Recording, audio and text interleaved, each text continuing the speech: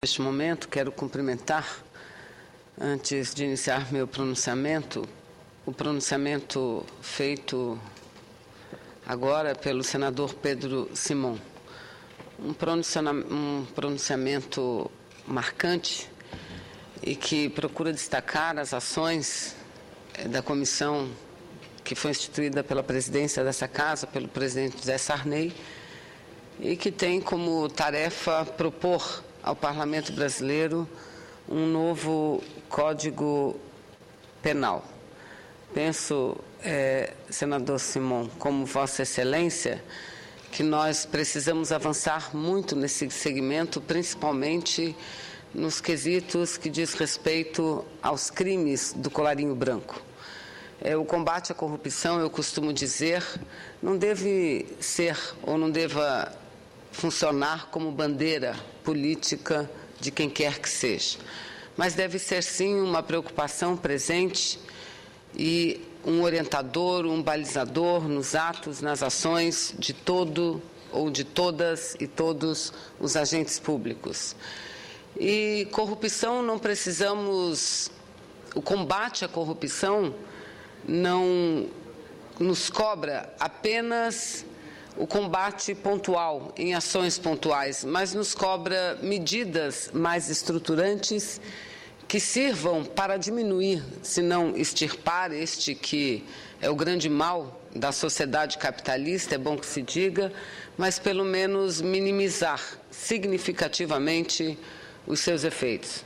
O senador Simon destacou a proposta que virá em breve para ser votado nessa casa, na Câmara, de criminalizar o enriquecimento ilícito.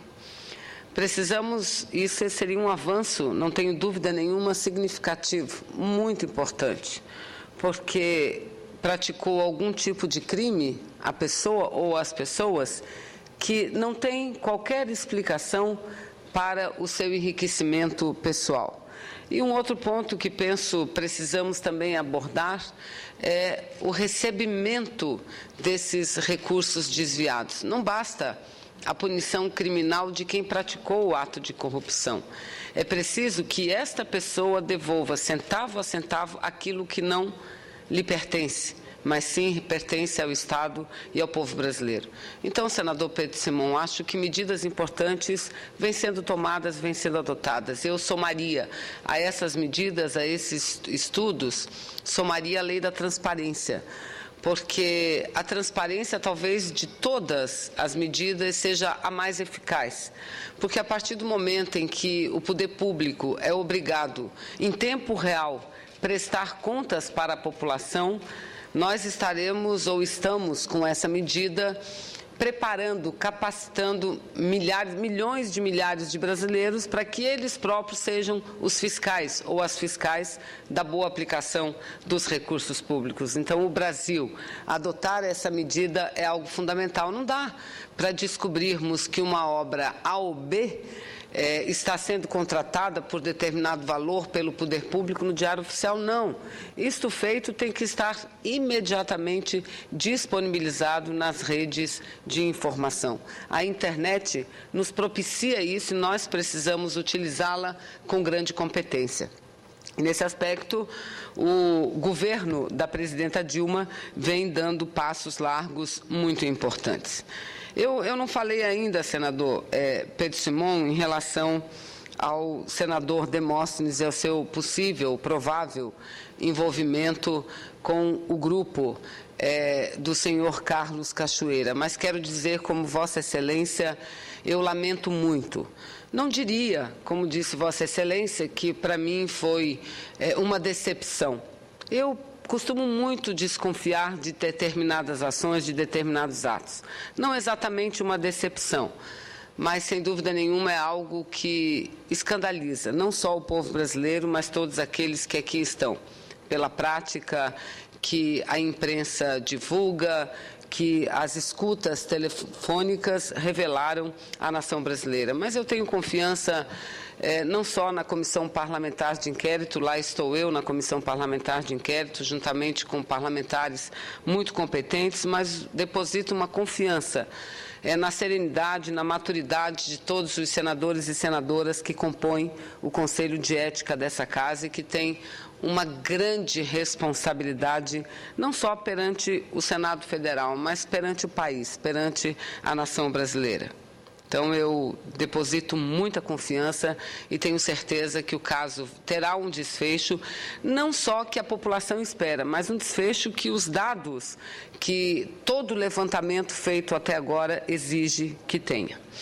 Mas, senhor presidente, senador Diniz, eu, assim como fez a senadora Ana Amélia, quero dizer que nessa véspera de feriado, dia 30 de abril, uma segunda-feira, amanhã terça-feira, feriado em todo o país, feriado que eu considero e reputo dos mais importantes, porque relacionado que está com o trabalho, com a atividade laboral e relações ainda conflituosas entre capital e trabalho no Brasil e grande parte do mundo, penso que vir a esse Senado e não falar a respeito do dia seria a mesma coisa que não chegar ao Senado, senador Diniz.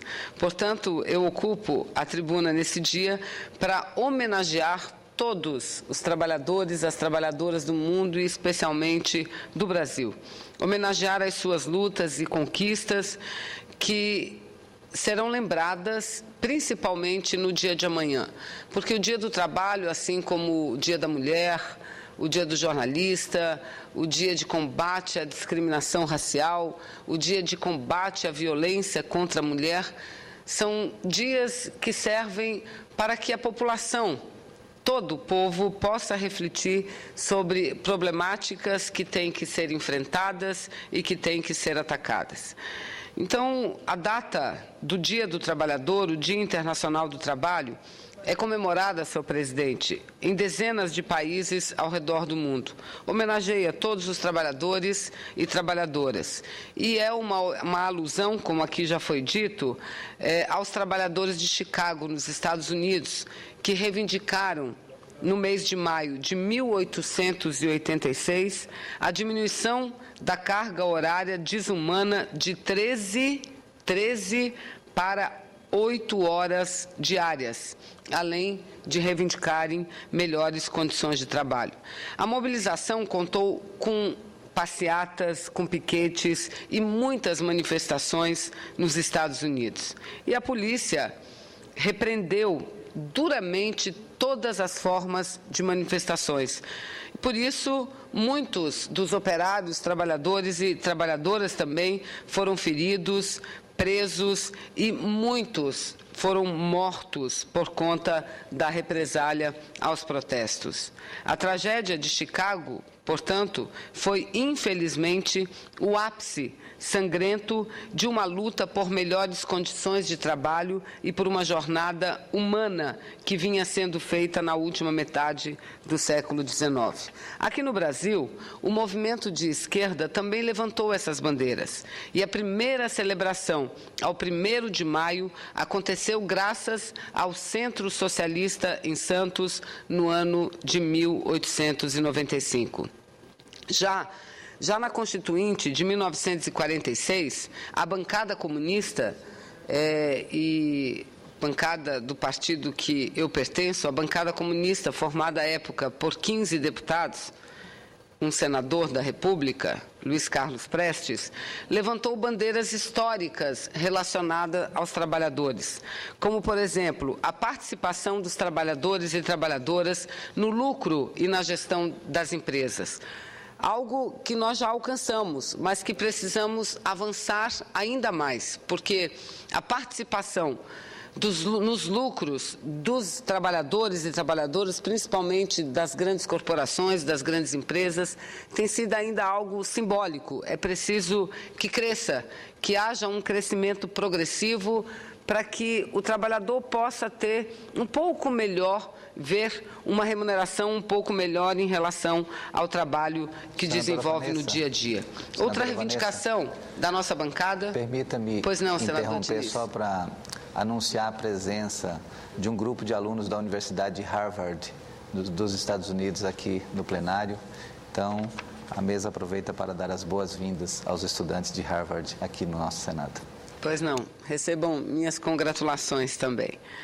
Outra grande bandeira defendida por nossa bancada na Constituinte de 1946 foi a proibição do trabalho a menores de 14 anos e do trabalho noturno em indústrias insalubres a menores de 18 anos.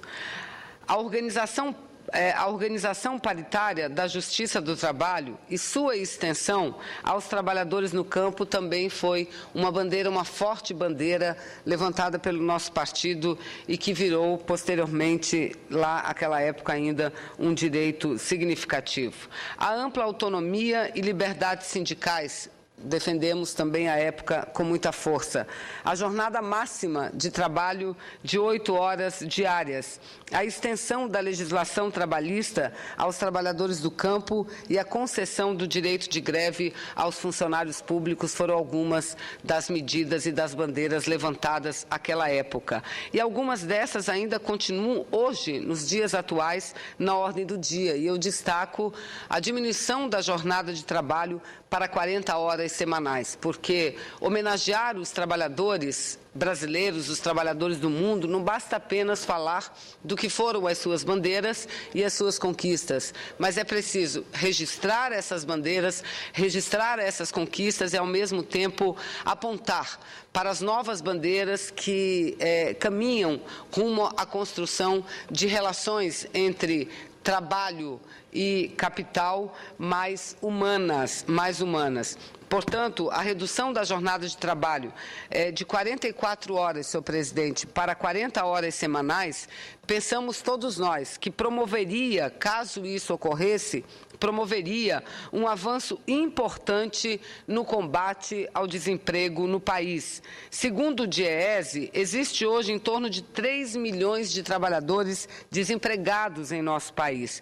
E a redução da jornada de trabalho, caso efetivada, poderia abrir, e aqui eu repito, segundo estudos do próprio DIEESE, reduzindo-se a jornada de 44 para 40 horas semanais, poderíamos estar criando somente com essa medida em torno de 2,5 milhões de novas vagas no mercado de trabalho formal de nosso país. A medida poderia ainda diminuir o número de horas extras e hoje é significativo o número de trabalhadores e trabalhadoras no Brasil que cumprem horas extras que chegam a ser desgastantes e que têm demonstrado ser extremamente danosa a todo esse conjunto de pessoas, de brasileiros e brasileiras. Os empregadores têm utilizado o expediente das férias coletivas, senhor presidente, o trabalho em tempo parcial, banco de horas ou trabalho aos domingos, aumentando a carga horária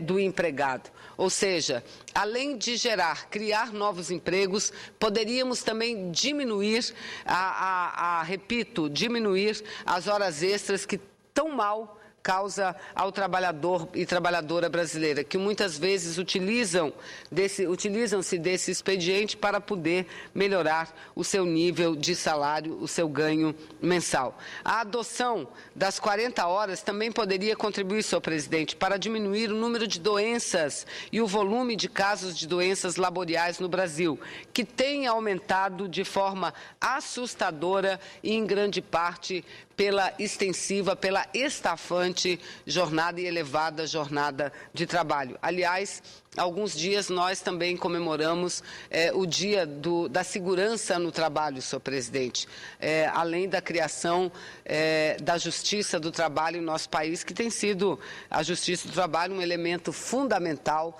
para a garantia efetiva dos direitos dos trabalhadores. Eu aqui me recordo que participei, junto com o diretor da ANAMATRA, que é a Associação dos Magistrados da Justiça do Trabalho, de um programa muito interessante, organizado pela TV Senado. Um programa em que nós falamos da importância da Justiça do Trabalho, senador Simon, nesses 70 anos de existência. E chegamos a discutir lá, para muito além, a importância da própria CLT, que é a consolidação das leis do trabalho, porque muitos dizem que é uma lei caquética, uma lei velha e que teria que ser substituída, e alguns ousam dizer mais, que ela teria que acabar porque não há mais necessidade de uma lei tipo a CLT nos momentos em que vivemos e que deveríamos deixar tudo para que o próprio mercado resolvesse. Ora, se nós temos uma relação onde, de um lado, um elo extremamente forte e poderoso e, de um outro lado, um elo extremamente fraco,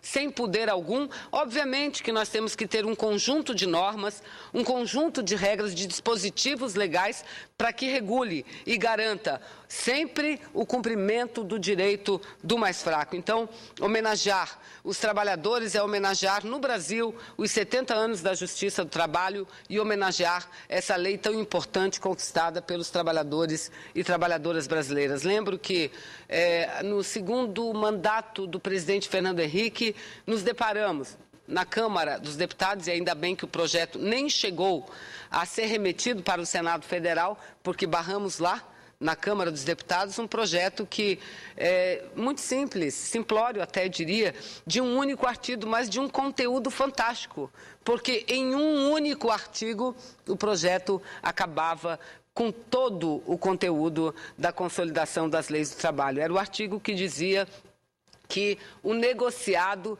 prevaleceria ao legislado, ou seja, valorizando a negociação entre trabalhadores e empregados e retirando todos os direitos que a CLT